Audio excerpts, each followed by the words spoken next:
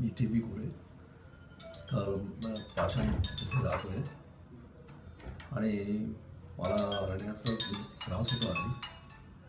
Operation झाल्यानंतर अगदी आता अगदी म्हणजे नॉर्मल वाटतं आहे.